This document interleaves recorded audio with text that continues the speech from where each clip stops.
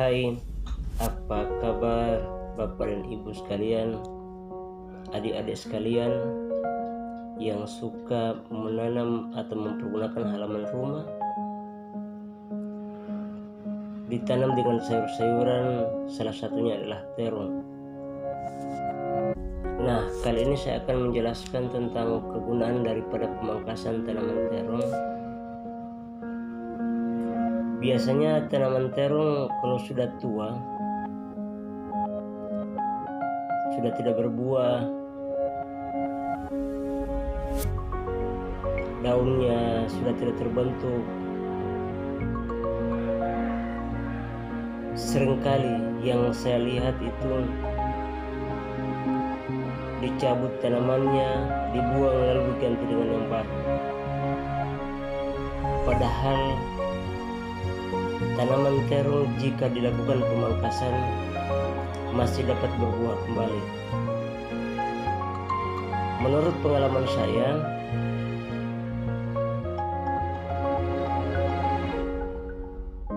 tanaman terong lokal jika dipangkas pada saat umur 1 tahun, usianya masih bertambah 1 tahun lagi. Kira-kira bagaimana coba tanaman terong bisa berbuah selama 2 tahun?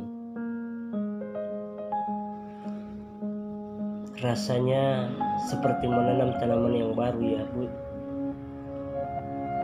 Bapak dan Ibu tani serta adik-adik sekalian yang suka belajar menanam yang saya banggakan, gunanya pemangkasan yaitu dapat membentuk tunas baru, sehingga tunas akan tumbuh menjadi daun, menjadi cabang, sehingga membentuk bunga yang nantinya akan menjadi buah. Tetapi kekurangan daripada perlakuan ini yakni buah yang dihasilkan agak sedikit lebih kecil dari biasanya. Tetapi kalau menurut pengalaman saya pribadi, lebih baik saya pangkas dulu supaya kita tidak repot-repot lagi melakukan pembibitan. Entah kalau bibit itu tumbuh, kalau tidak tumbuh, nanti Bapak dan Ibu adik sekalian yang kerepotan.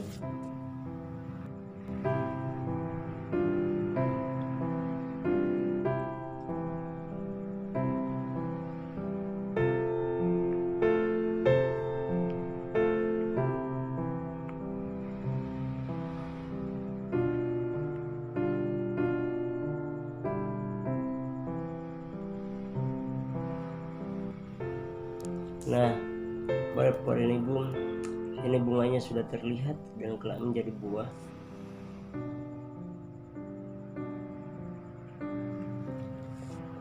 Pertanyaan kemudian, bagaimana dengan tanaman terong yang berasal dari bibitnya berasal dari toko yang sekarang itu ukurannya cukup besar?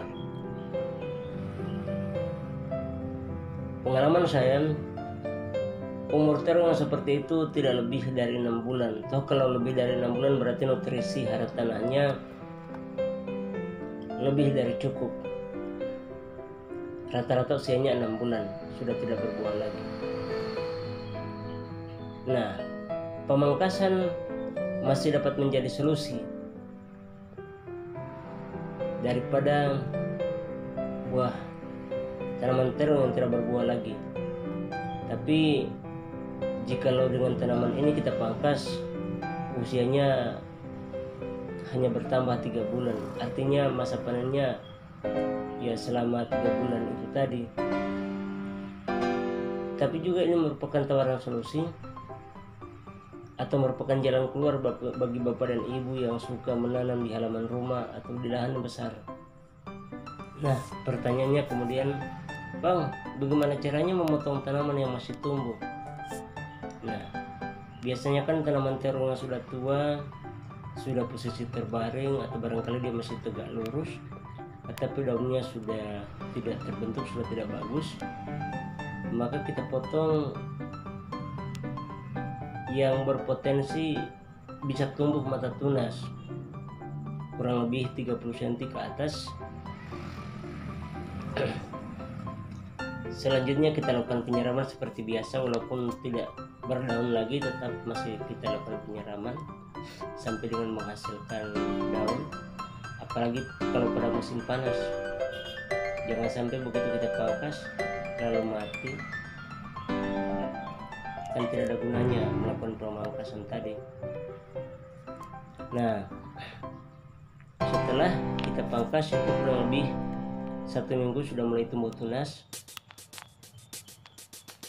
2 minggu sampai 3 minggu kemudian sudah mulai terbentuk bunga.